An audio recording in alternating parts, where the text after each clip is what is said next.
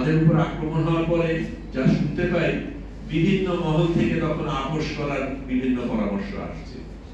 সেই পরামর্শ যারা দিচ্ছে তাদেরকে আমি প্রশ্ন করি, তো তুমি তাহলে কোন দলে, তোমার স্বার্থটা কোথায়, এটার ভাগের মধ্যে তুমি আছো কিনা? এই প্রশ্নগুলি বৈধ, করতেই হবে।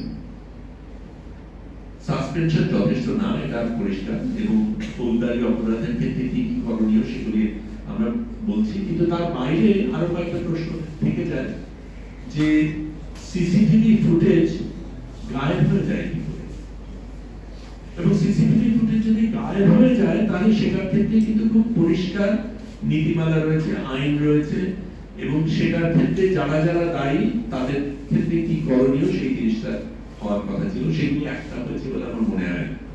এবং সেটা নিয়ে ডিজি মহোদয় কোনো প্রশ্ন করেছেন কিনা সেটা আমি জানি না, মন্ত্রণালয় থেকে সেই প্রশ্ন এসেছে কিনা, তদন্ত হয়েছে কিনা সেটা আমি জানি না। এবং কতটা ক্ষমতা থাকলে একটা প্রতিষ্ঠানের সিসিটিভি ফুটেজ দ্বারা উধাও করে দিতে পারে, কারা এটা পারে, সেই প্রশ্নগুলি আমাদের করতে হবে। এখন যে জিনিসগুলি করা দরকার সেটা হচ্ছে, আমরা মন্ত্রণালয় থেকে বলছি সম্পূর্ণ আইনি যে যা যা করার দরকার সেগুলি করতে হবে, এবং যদি আপনারা না করেন আমরা দেখে নেব কিভাবে আপনারা না করে পারবেন। এটা শুধু ডিপার্টমেন্টাল অ্যাকশন দিয়ে চলবে না, এটা তার বাইরে অনেক বড় একটা অপরাধ, এবং সেই অপরাধের জন্য যা যা হয়েছে সেটা আপনার দেখতে হবে। আমরা এই জিনিসটাকে শুধু যাদের উপর আক্রমণ করা হয়েছে সেটা বলবো না, এটা আর্টিস্টিক ফ্রিডম, প্রেস ফ্রিডম, এগুলির উপর আক্রমণ হয়েছে সেটা মনে করিয়ে দিতে চাই।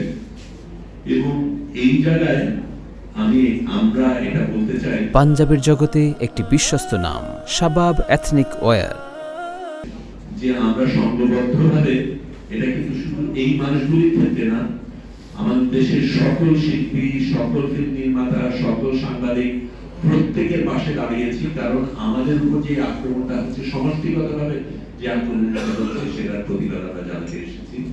এবং আমরা এটা শুধু মিন করে জানাতে আসিনি, আমরা এটা বলতে এসেছি যে আমরা এটা আদায় করে দেব।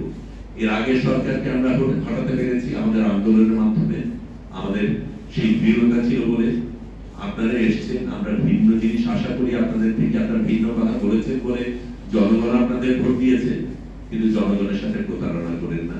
আপনারা যেটা বলে এসেছেন সেটাকে আমরা বিশ্বাস করি বলেই আপনাদের আমরা সুযোগটা দিয়েছি, সেই জায়গায় আপনারা থাকতে চেষ্টা করেন। যদি সেটা আপনারা না পারেন, এর আগে সরকার এত ক্ষমতাশালী সরকারকে যখন হটানো গেছে, এই সরকারকেও হটানো সম্ভব।